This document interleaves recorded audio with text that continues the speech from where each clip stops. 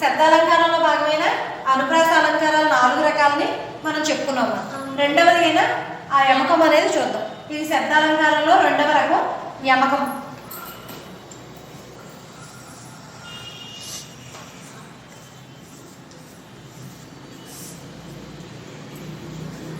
మనకి చేకానుప్రాసకి లాటానుప్రాసకి దగ్గర నియమం కలిగి ఉంటుంది. ఇక్కడ మనకి 2 హల్లుల జంటలు వెంటనే వచ్చింది వ్యవధి లేకుండా. అయితే మరి యమకం దగ్గరికి వచ్చేసరికి 2 హల్లుల జంటలు వ్యవధితో అర్ధభేదంతో వస్తాయి.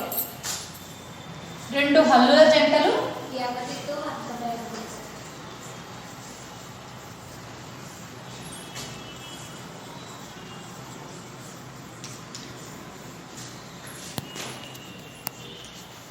వ్యవధితో అర్ధభేదంతో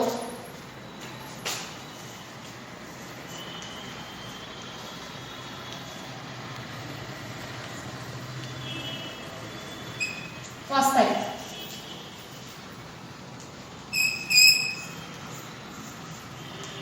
మనకి చేకానుప్రాస లాటానుప్రాసలో ఏంటమ్మా 2 హల్లుల జంటలు వెంటనే వ్యవధి లేకుండా వస్తాయి. చేకానుప్రాసలో అర్ధభేదం ఉంటుంది, లాటానుప్రాసలో తాత్పర్య భేదం ఉంటుంది. అయితే ఈ యమకం అనేది 2 హల్లుల జంటలు వ్యవధితో, అంటే 2 హల్లుల జంటకి మధ్యలో వ్యవధి దూరం అనేది ఉంటుందన్నమాట. మధ్యలో అనేక పదాలు కానీ ఏ మనకి అక్షరాలు కానీ ఏదో ఒకటి వస్తూ ఉంటుంది, అర్ధభేదం కలిగి ఉంటాయి. అలాగే 2 కూడా మనకి ఇక్కడ అర్ధభేదాన్ని కలిగి ఉంటాయి అన్నమాట. ఉదాహరణ చూడమ్మా. వాలి రామబాణంతో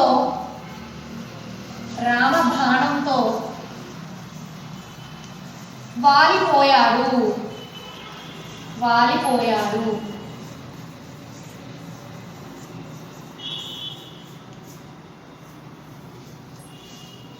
ఈ వాక్యంలో చూడమ్మా 2 హల్లుల జంటలు,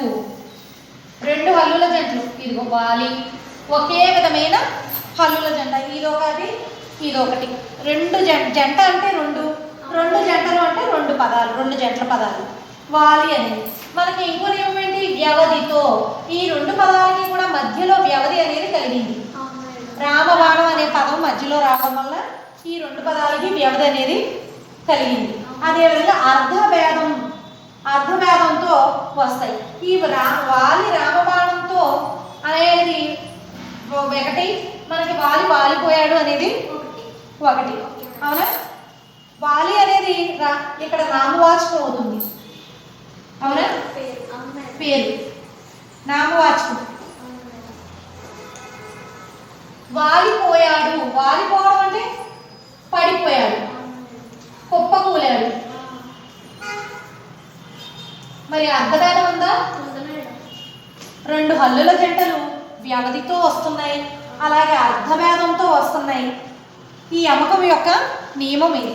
2 హల్లుల జంటలు వ్యవధితో అర్ధభేదంతో కనుక వస్తూ ఉంటే మనకి అది యమక అలంకారం అంటారు.